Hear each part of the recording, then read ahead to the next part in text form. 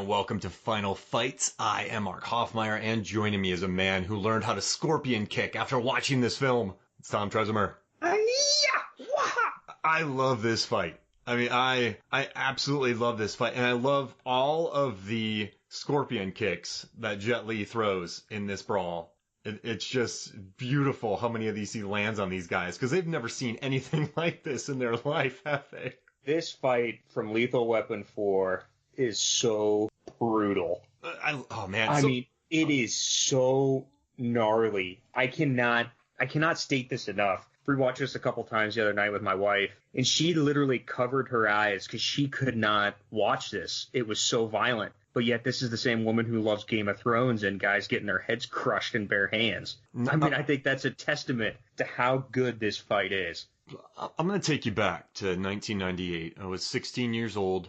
I didn't know much about Jet Li, but I was starting to learn about Jet Li. So what happened was when Tarantino started promoting Jackie Chan, I started watching Rumble in the Bronx and those kind of martial arts films, and that was 94 or around there. And so I started getting into other martial arts films at the time, and that's how I learned about Jet Li. So when I learned that Jet Li was going to be in Lethal Weapon 4, I was just so excited.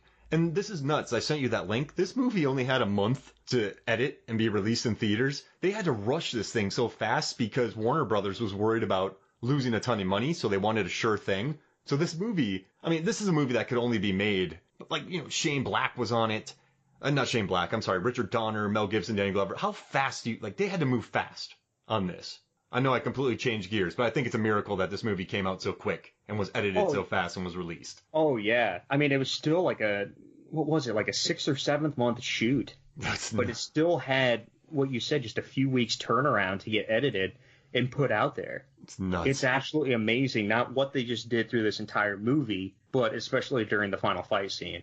So this final fight, some people do say that the ending is too quick, which maybe it is, but I don't care. It's a beautiful fight, but it's between Martin Riggs, Roger Murtaugh, and Wassing Ku, who is played by Jet Li. And what happens is it's all about the triads. He tries to get one of his brothers back, who's one of the four, horsemen? No, he's one of the four... fathers. One of the four fathers. And what happens is, as Jet Li's trying to get away with his brother, Murtaugh accidentally shoots his brother, and it leads to a water-soaked 2-on-1 fight in a pier that they're just getting drenched. It's wet, and it's just a very angry Jet Li against a very concerned Martin Riggs and Roger Murtaugh. They are worried about this fight. And what's awesome with this setting, it's not just on a pier, it's below the pier. I mean, this is the best under the pier fight since Teenage Mutant Ninja Turtles 2. Oh yeah. I mean, it is. I mean, I just think the setting is awesome. Like, you have so many fights that take place out on the piers and the docks, but rarely do you ever go underneath those and how gritty and dirty they are. So it's like, I just love the setup to this fight. It's like Jet Li drags his brother down there to die, and Wassing Ku knows, at least in my mind, how I kind of interpret everything. It's like he knows he's not going anywhere. And so then Murtaugh and Riggs follow him down there. You know, they've got that little debate of whether or not they're actually going to fight him or not. But it's like they're backing the most dangerous guy they've ever faced into a corner. Oh, man, I love it. And it's like, it's either he goes through them or he goes in the ocean. And I love it. I love it. It's just so raw. And prior in the house, Jet Li defeated both of them easily, took his gun apart. And then in the warehouse, he beat them up again with the forklift and all of that. Yep. I mean, he's basically 2-0 on these guys. And of all the fights we've covered so far, my favorite shot right before the fight happens. So they're underneath the pier. They're kind of on a pier underneath the pier. And they're walking. I'm nodding my head. Yeah. So I know where you're going with this. And they're walking towards Jet Li. But what they do is Glover and Gibson cross each other. So one starts on the, so let's see. Glover starts on the right. Gibson starts on the left. And they cross so that they flip. The other one goes on the right and left. Yep. But the camera just has this wide shot. I'm explaining this terribly. I get too excited and I can't explain these things. But it's just a nice long shot of the two crossing paths going to the either side and just Jet Li standing right in the middle. And you know they're walking into a honey badger den. You know that they're going to have to kill this guy. What I love about this fight, Tom, And I think this is why, your wife was freaking out is these guys go cheap in this fight. Mel Gibson and Danny Glover, they don't fight fair in this. They gouge eyes, they hit with pipes, they stab with rebar. They're not looking to have a fair fight here. They want to kill this guy. I think it starts off, so I want to touch on that shot because I put that in my notes too, that is probably one of my all-time favorite build-ups to a fight. Oh, easily, yeah. Because, it's like they're debating whether or not they should actually do this, and they're getting ready to leave, and then Riggs is like, yeah, but I want to know how he does this. I want to know if he's really that good or if he's just getting lucky. So he's like, I want to go ask him how. And as you said, they've got that where the camera is pulling them down the pier walk to Jet Li, and then they cross. But it's like I feel like they start off trying to fight fair, and they quickly realize that this is not going to work for them. Because it goes so bad against them. They run in there, and the scorpion kick comes first. And then they just get wiped out. And then there's the leg sweep in here. And then the first time that they cheat is with the pipe, correct? So then Mel Gibson hits... Yeah, you're picks right. Up the pipe. I do love, though, Murtaugh in this fight, Danny Glover, man. He comes in with some bombs. This is the first final fight in the series that Murtaugh has ever been a part of. And he throws some pretty good knuckles in here, man. He's a powerful man in this fight. From my notes, he connects on 4 strikes. Yeah, but the 4 punches are legit, though. Oh, they're good. They're not really punches, too. They're not... Okay, so they're not technical by any time. They're like club punches, almost, that he lands on him. It's old man strength club. Like you don't want to take one of those to the chin. So in this fight, I counted 42 major strikes in this brawl, and I dig it. I love how they come in. I love when one of my favorite shots is Riggs, who's a really good fighter that we established before in our Final Fights episode about the first Lethal Weapon, when he tries to drag Jet Li away and he grabs his foot and starts pulling him, and then he just gets kicked in the face for his troubles. I love, like, they've never fought anything like this, so they don't know what even to defend. Like, and I think part of it too is like they've never fought together either. Yeah. So you can tell like their mojo is a little off, and they don't fully know how to cover each other. Mm-hmm. No, you're right. You're right. Yeah. I love that at the beginning of the fight, Jet Li lands 3 quick kicks and knocks him out. Then he goes for that jumping spinning kick and they catch him. Oh, it's so cool. And then they just throw him. Just toss him. And I love that. I mean, it's a good narrative. It is, but it also makes Ku not necessarily immortal or invincible, especially against 2 guys that know what they're doing. Like, he's clearly better, but they don't, they're not on his level yet. But they can still defend themselves at least to a little extent. He seems to be fighting with some honor, too, in this fight. But then we have, Riggs throws 3 headbutts in a row in this fight. And then I think one of my favorite parts is Jet Li had just ripped his shoulder out of his socket. So Riggs just returns with 3 headbutts, and then he knocks his shoulder back in on a pole that's holding up the pier.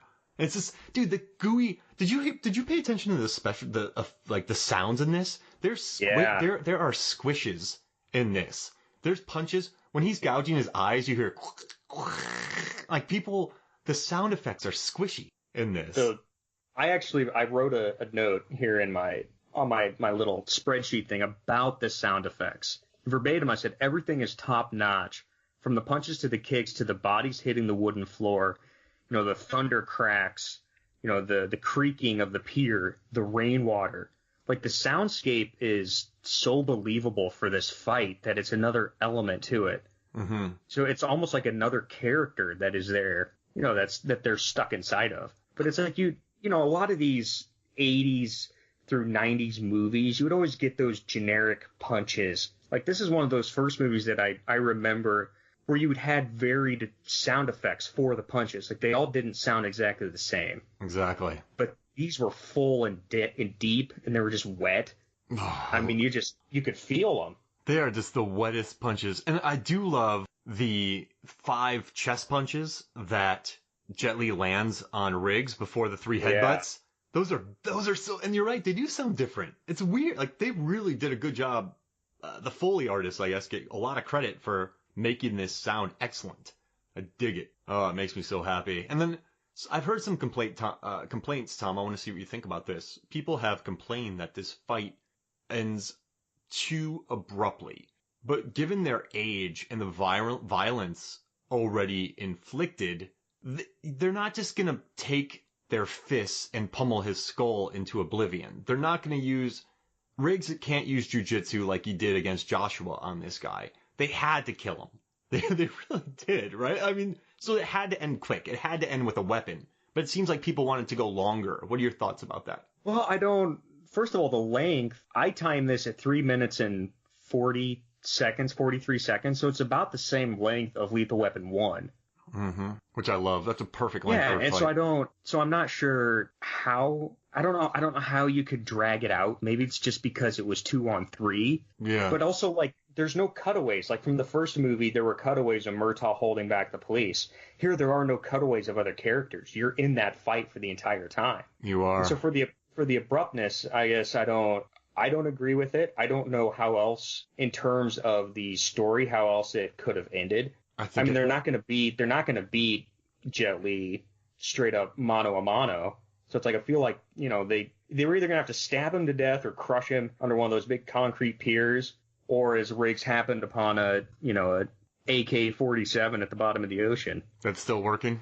Yeah. Well, I guess AKs are known. I think that was from the car that ran off the pier during the shootout right before that. I mean, AKs are known for their reliability, so that's good. If you had the one gun under there. But I think, okay, so I think we're about 30-some episodes into Final Fights, and my favorite one, of course, is The Night Comes for Us, between Iko Uwais and Joe Taslim. It's just a marvel of choreography, and two of my favorite fighters on the planet, movie fighters on the planet, are in it. But I think my favorite visual, and it's so brutal, is Murtaugh has stabbed Jet Li through the back, through the chest with a piece of rebar. So he has rebar on either side of him. Jet Li knocks out Murtaugh, somehow manages to do it with rebar through his chest. Mel Gibson goes on either side of Jet Li, grabs the rebar, like from his back and his ribs, and just lifts up. And then he starts teetering it back and forth like a seesaw when he has him in the air. And you just hear these squishy noises, and then they cut to a wide shot.